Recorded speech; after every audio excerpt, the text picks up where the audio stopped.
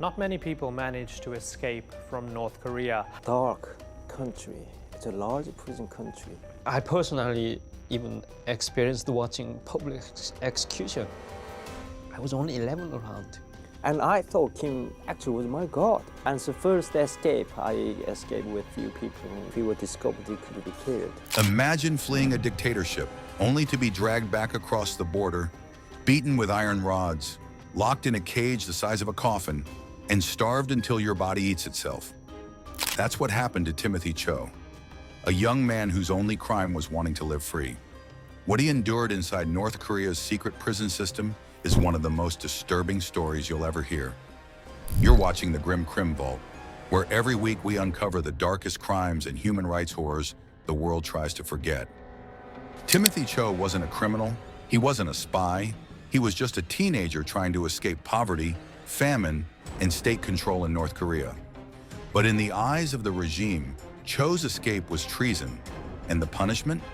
Torture so brutal it would leave permanent scars, physically and psychologically. Today, we're unpacking the horror story of what happened to Timothy Cho after he was caught trying to escape the most closed country on earth, and why thousands like him have faced similar fates, often in silence. Timothy Cho was born in North Korea in the 1980s. His early years were marked by hunger, fear, and indoctrination, like many children in the country. He believed, as he was taught, that Kim Jong-il was a god and that the outside world was full of evil. And I thought Kim actually was my God. When the first Kim died when I was 7, I cried. And I asked my father, Father, are we all going to die? Because our God died. But by the time he reached his teens, he began to question what he was told. His family, like millions of others, was struggling to survive during the 1990s famine. Food was scarce. Electricity was unreliable. The government-controlled media had no answers, and neighbors who spoke out disappeared. At just 17 years old, Cho made the decision to run, a desperate bid for freedom. He crossed the Tumen River into China, thinking he'd finally escaped.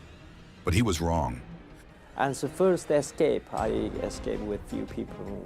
We walked the Tumen River together. But if we were discovered, we could be killed. The Chinese government doesn't recognize North Korean defectors as refugees. Instead, they treat them as illegal migrants and send them back. That policy has cost thousands of lives. After just a short time in China, Timothy Cho was caught. Authorities turned him over to North Korean security forces. And that's when the nightmare truly began.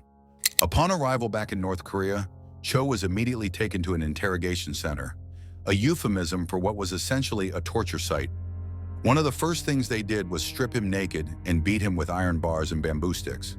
Why? To get answers. They wanted to know who helped him escape, who else was planning to flee, and whether he'd met any South Korean spies, a common paranoid fantasy of the regime. But Cho had no spy contacts and no conspiracy. He was just a terrified teenager who wanted a better life. Still, the beatings didn't stop. In fact, they escalated. And you could hear at nighttime screaming and begging and beating.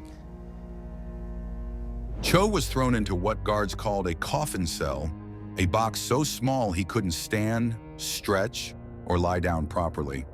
He had to sit curled up for hours, sometimes days. The purpose? Sensory deprivation and physical breakdown.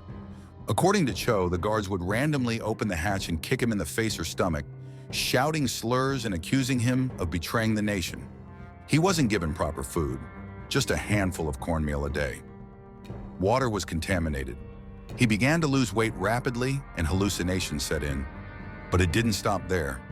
Timothy's cell held 20 men in a space built for 5. There was no room to lie down. They slept sitting, knees tucked to chests, heads resting on each other's shoulders. The floor was soaked with urine. The air smelled of feces, sweat, blood, and death. Toilet breaks were permitted only twice a day. If someone couldn't hold it, they were made to sit in their own waste until the next break, often with beatings in between. He went over 3 months without a shower. His body became infested with lice. Sores formed along his back. His gums bled. His toenails fell off from infection. We didn't have enough space to lie down. And we were sleeping lean on against each other's back like this. Timothy witnessed unspeakable things. A pregnant woman who'd been raped while in China was forced to have an abortion without anesthetic. The baby was discarded. The woman was made to carry its body and bury it herself. One prisoner was beaten to death for crying during a loyalty session. Another was forced to clean the latrine with his bare hands. Guards laughed, spat, and beat him again for insufficient enthusiasm. There was no privacy, no dignity, no justice. Are you finding this case interesting? If so, we drop new episodes every week. Hit subscribe so you don't miss out. After months of torture, Timothy was transferred to a labor camp. There, he was forced to dig trenches in frozen ground with his bare hands, barely clothed, in sub-zero temperatures. Inmates dropped dead from exhaustion or malnutrition. Their bodies were dragged away and dumped. There were no funerals, no names, just more forgotten victims. Somehow Cho survived, and when he was finally released, frail, broken, barely recognizable, he made a choice. He would escape again, but this time he would not be caught. In 2004, after years of planning and waiting, he crossed the border again. This time, with the help of underground networks, he made it safely to South Korea and later the United Kingdom, where he finally gained asylum and a chance to live freely. Timothy Cho could have lived a quiet life, bearing the past, but he didn't. Today, he works as a human rights advocate, exposing the brutal realities of the North Korean prison system. He's spoken at the United Nations, he's testified before governments, and most importantly, he's given a voice to those who never made it out. He now works with organizations that rescue defectors and fight for international pressure on the regime, because while he escaped, tens of thousands remain trapped in conditions just like the ones he survived. The story of Timothy Cho isn't just a horror story, it's a cautionary tale, a reminder of what happens when power is unchecked, when borders are walls instead of bridges, and when the world looks away. North Korea's secret prison camps, execution sites, and torture cells continue to operate, and people like Timothy, brave enough to speak out, are risking everything to make sure we know. I personally even experienced watching public execution. I was only 11 around. And we were all told to come to that public execution place to watch it. Hundreds of crowd people gathered, but specifically told all children come out, sit at the front of the crowd. His scars may have faded, but the trauma hasn't. And his story, like so many others, is still being written by those who continue the fight. But Timothy isn't the only one. Satellite imagery, survivor reports, and intelligence leaks have confirmed the existence of dozens of detention centers, many hidden in remote mountain regions. Some hold a few hundred prisoners. Others are believed to contain over 10,000. One facility, Camp 22, was exposed in the early 2000s by defectors. Witnesses described underground cells, human experimentation, and mass executions of entire families. Some prisoners were born there. Some died never knowing the outside world existed. And these aren't isolated cases. The United Nations Commission of Inquiry concluded that North Korea's government is responsible for crimes against humanity, including torture, starvation, rape, and public execution, all part of a system designed to control by fear.